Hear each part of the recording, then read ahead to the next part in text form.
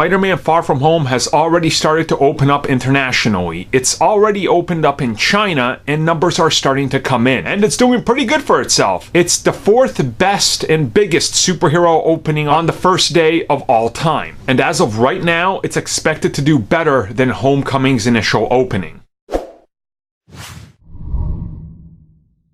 When Homecoming came out, it did 76 million in China. It was pretty big, but now obviously things have changed for the MCU, for the superhero genre, for everything that's kind of involving Spider-Man. Things have changed. So obviously people are looking at these numbers, trying to factor in the early day, the preview, and then factor in how it's going to do across the next couple days to really try to understand what's going on with this film. And just by looking at that, expectations are pretty high right now, and considering in its first day it made more than 3 million, things are now looking rather good.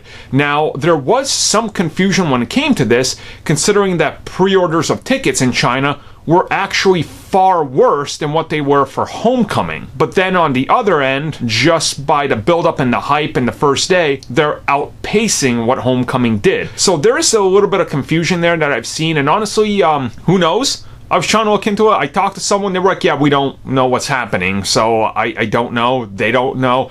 Essentially, I think it's just, it's going to be one of those things that we don't really know what to expect. It could open up with less than Homecoming if it ends up performing how the tickets pre-order went, but then people are saying that interest is about 30% higher than it was for Homecoming. If that's the case, if we translate that over into ticket sales, clearly that tells you it's going to make more. So right now, estimates are going for 75 to 90 to 95 million. Clearly that's a huge gap there of 20 to almost 30 million, but then again, it's unknown. So we're going to know in just a couple of days of exactly how this film did in China, which should then translate to how it sets a pace over in the United States and the UK and everywhere else they have to heavily advertise it. And by the look of it, this one is on its way towards that 1 billion rather quick.